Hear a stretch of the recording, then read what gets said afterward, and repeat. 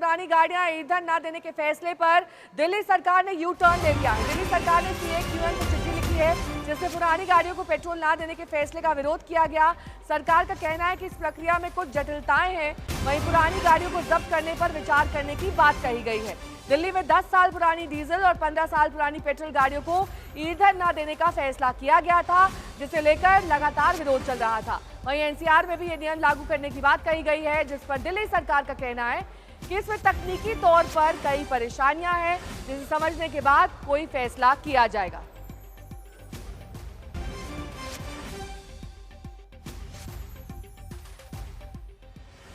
कुमार कुणाल मेरे सहयोगी इस वक्त तमाम जानकारी के साथ जुड़ गए हैं। कुमार, जिस फैसले पर दिल्ली सरकार की इतनी पीठ थपथपाई जा रही थी, उसी फैसले से यू टर्न ले लिया। अब कह रहे हैं कि पोल्यूशन के लिहाज से फैसला लेना चाहिए, ना कि गाड़ी कितनी पुरानी है इस आधार पर।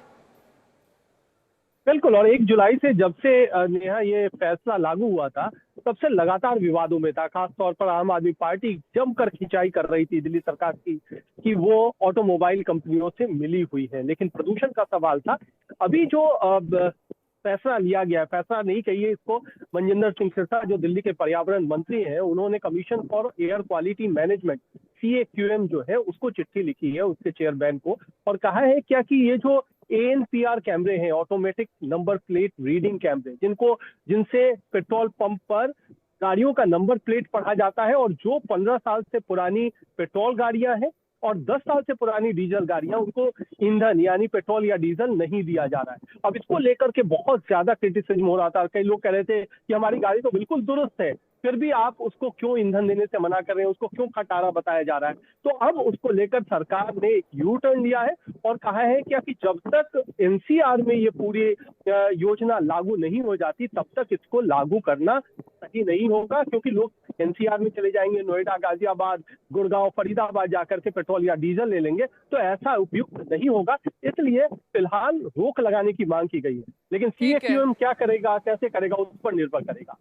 ठीक है, और इसी पर दिल्ली सरकार के मंत्री मनजिंदर सिंह सिरसा क्या कुछ कह रहे हैं, सुनिए। HSP जो हाई सिक्योरिटी रजिस्ट्रेशन प्लेट्स हैं, इनमें से भी जो जिन पे नहीं है उनको ये आइडेंटिफाई नहीं कर रहा। पेट्रोल पंपों पे झगड़ा हो रहा है कि भाई ये भी 10 साल से पुरानी गाड़ी है, तुम इसको क्यों नहीं छेड़ रहे। तो ये एक नई बीमारी वहां पर खड़ी हो गई, क्योंकि जो HSRP प्लेट्स नहीं है उनको ये आइडेंटिफाई नहीं कर पा रहा। इसके साथ ही इसमें एरर्स भी आ रहे हैं और इसकी इंप्लीमेंटेशन में दिक्कतें और